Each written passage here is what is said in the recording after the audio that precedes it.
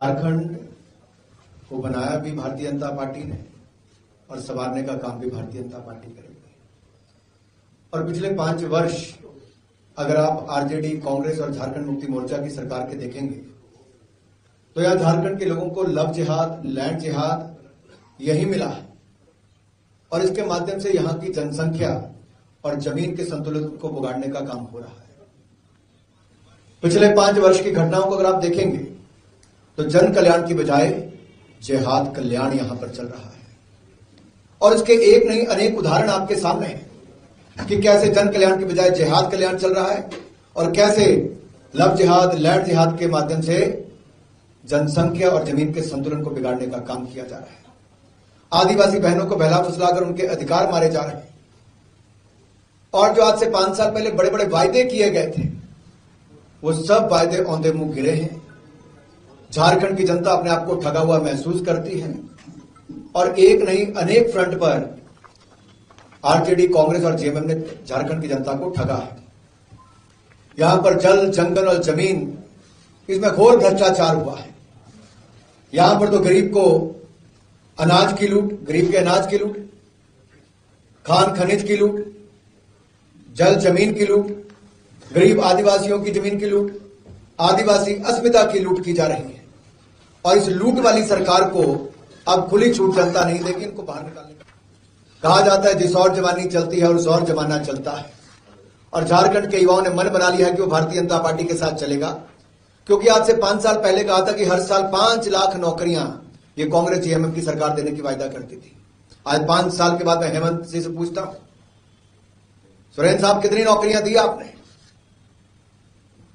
नौकरी तो दी नहीं, युवाओं की जान लेने का काम आपकी सरकार में हुआ। रिकॉर्ड पेपर लीक का काम हुआ। अरे आप पेपर लीक तो बंद नहीं करवा पाए, आपने इंटरनेट बंद करवा दिया। अन्याय युवाओं के साथ हुआ। अगर आप देखेंगे ये स्वयं सरकार ने माना है कि 5 साल में, आपको मैं दिखा देता हूं ऐसे थोड़ा, 5 साल में मात्र 11,422 लोगों को नौकरी मिल पाई, मात्र 11,422। और बेरोजगारी भत्ता भी नहीं दिया, ये भी माना है सरकार ने। ये जो लिखा है रिक्त पदों पर कितनी नियुक्ति होंगी, साफ साफ इसमें कहा गया। फिर आगे और पूछा हमने ये भी पूछा कि आपने कहा था वृद्धा और विधवाओं को आप 2,500 रुपया देंगे और वंचित शोषित महिला को भी 2,500 रुपया देंगे। अस्वीकार्य कह दिया है आपकी सरकार ने। ये देखिए इसके ऊपर पूरा आरटीआई में कहा गया है, साफ माना है सरकार ने। फिर कहा था आंगनवाड़ी वर्कर्स को, सेविकाओं को, सहायिका, रसोईया, अनुबंध कर्मियों को स्थायी नौकरी से स्वीकार कर दिया है आपकी सरकार ने, साफ माना है यहां पर। फिर उसके बाद कहा गया था 50% आरक्षण देंगे आप महिलाओं को सरकारी नौकरी में, 5% भी नहीं मिल पाया है। और ये मैं नहीं कह रहा, इनकी सरकार ने लिख के दिया है। और कब लिखा है? 31/7/2024 को, बहुत पुरानी बात नहीं है। और एक के बाद एक सभी तरफ आपने लोगों को ठगा हुआ महसूस किया। जब मैं कहता हूं जल जंगल जमीन को लूटा है, जनसंख्या को बदलने का काम किया, जमीन को हथियाने का काम किया, तो मैं ही नहीं कह रहा, ये आपकी झारखंड पुलिस की स्पेशल ब्रांच की रिपोर्ट है। ये सभी आयुक्तों को, पुलिस अधीक्षकों को एक पत्र स्पेशल ब्रांच ने लिखकर कहा है और इसमें लिखा है कि बांग्लादेशियों की घुसपैठ हो रही है। यहां पर जमीन हथियाने का काम, जनसंख्या के संतुलन को बिगाड़ने का काम हो रहा है। सबको सजग रहने के लिए कहा गया है और यह हेमंत सोरेन की नाक के तले हो रहा था। क्या हेमंत सोरेन जी राहुल गांधी जी के निर्देशों पर काम कर रहे थे कि बांग्लादेशी घुसपैठियों को संरक्षण दिया जाए, यहां की आदिवासी बहनों की अस्मिता को लूटने का काम करने दिया, उनके अधिकारों को छीनने का काम करने दिया जाए? क्या इसलिए हेमंत सोरेन की सरकार काम नहीं कर रही थी कि राहुल गांधी जी ने कहा था कि बांग्लादेशी घुसपैठियों को संरक्षण दिया जाए, जमीन लेनी दी जाए? क्या इसी कारण से 43% से कम होकर आदिवासियों की जनसंख्या मात्र 23-24% रह गई है? और ये यहां से लेकर कर्नाटक के हमारे वहां पर भी कॉन्ट्रैक्ट में नौकरी देने के लिए, ठेके देने के लिए 4% मुस्लिम समुदाय को वहां पर कांग्रेस की सरकार दे रही है। ये मुस्लिम तुष्टीकरण की राजनीति जो कांग्रेस कर रही है, इससे कांग्रेस का पर्दाफाश पूरे देश भर में हुआ है। साथियों, जब मैं कहता हूं कि यहां पर नौकरी नहीं मिली तो मैं आपको कुछ उदाहरण और देना चाहता हूं। हमारी सरकारें, भारतीय जनता पार्टी की सरकारें आज गुजरात में लगातार बार बार क्यों आई? मध्य प्रदेश में बार बार हमारी सरकार क्यों बनी, असम में हमारी सरकार क्यों बनी, हरियाणा में तीसरी बार हमारी सरकार क्यों बनी, त्रिपुरा में हमारी सरकार वापस क्यों बनी, उत्तर प्रदेश में हमारी सरकार वापस क्यों बनी? भाजपा ने जो कहा वो करके दिखाया है। मोदी गारंटी देश में सफल हुई है। देश में एक ही गारंटी है, मोदी गारंटी, जो सफल होती है। इसलिए तीसरी बार लगातार मोदी सरकार भी देश में बनी है। साथियों, बगैर खर्ची के, बगैर पर्ची के हमने हरियाणा में सरकार चलाई, यानी कि ना आपको सिफारिश करनी पड़ी, ना आपको पैसा खर्च करना पड़ा, और हरियाणा में हमारी सरकार चली, तीसरी बार बनी। लेकिन दूसरी ओर यहां पे क्या हालत है? यहां पे मैं आपको एक पुराना भाषण माननीय हेमंत सोरेन जी का पढ़ के सुनाना चाहता हूं। उन्होंने क्या कहा था, ताकि जनता को याद आए कि 5 साल में हेमंत सोरेन जी क्या कहते रहे। उन्होंने कहा था, जेएसएससी के माध्यम से इतने लाख लोगों को नौकरी देने का काम करेंगे कि नौकरी देने का मामला पाइपलाइन में है, सब गोली मैगजीन में घुस चुका, चलना बाकी है, खट खट खट खट खट खट नॉन स्टॉप। हेमंत सोरेन ने कहा। अबे बैरल में कहां गोली फंस गई भाई? गोली कहां बैरल में फंस गई? क्यों नौकरी नहीं मिल पाई? ये हेमंत सोरेन की खट खट खट खट खट करके नौकरी मिलने वाले का काम वैसा ही है जैसे राहुल गांधी का पैसा खटाखट खटाखट खटाखट खटाखट के रूप में मिल रहा था। ना खटखट हो पाया, ना खटाखट हो पाया। ये तो पैसा सभाचट करके सौंप गए। ठगा हुआ महसूस जनता अपने आप को करती है। किस बैरल में आपकी गोली फंस गई? पेपर लीक के आपने नए उदाहरण पेश किए। झारखंड का युवा तो आधी रोटी खाकर सोया है, तैयारी की है, सूखी रोटी खाई है, लेकिन झारखंड मुक्ति मोर्चा और कांग्रेस ने मिलकर मलाई खाई है, करप्शन की मलाई खाई। जहां है कांग्रेस, करप्शन है वहां। और कांग्रेस और झारखंड मुक्ति मोर्चा का तालमेल तो ऐसा है कि एक तो करेला, वो भी नीम चढ़ा, एक के बाद दूसरा भ्रष्टाचार का मामला सामने आया है।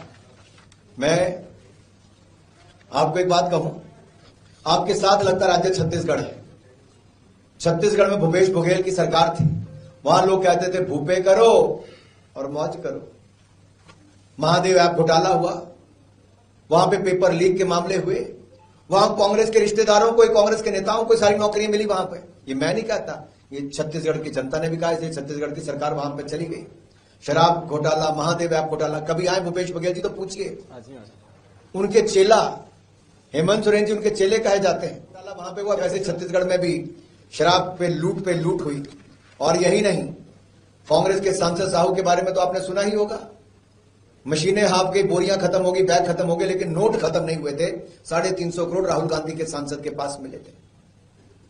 आलमगीर आलम एक ऐसा मंत्री जिसके पास न जाने कितने करोड़ रुपए होंगे, जिसके पीए के नौकर के पास अगर 32 करोड़ रुपया मिले और वो एक आलीशान फ्लैट में रहता हो, तो सोचिए छत्तीसगढ़ में कितनी लूट हुई होगी। एक बात मैं आपसे और कहना चाहता हूं, किसानों के हक भी इन्होंने छीने हैं। यहां पर कृषि आशीर्वाद योजना जो हमारे समय चलती थी वो भी बंद कर दी गई। और एक नहीं अनेक ऐसी बातें हैं जो मैं आपको राज्य की सरकार के बारे में कह सकता हूं। लेकिन अब कुछ बात मैं और नारायण स्वामी जी आपको हिमाचल और कर्नाटक की बताना चाहते हैं। हिमाचल प्रदेश में जब कांग्रेस चुनाव लड़ने जा रही थी तो कांग्रेस ने 10 गारंटियां वहां पे, कितनी? 10 गारंटियां। और 10 से होते होते अब कांग्रेस 4 गारंटियों पे देश भर में आ गई, क्योंकि हिमाचल की 10 में से एक गारंटी भी कांग्रेस पूरी नहीं कर पाई।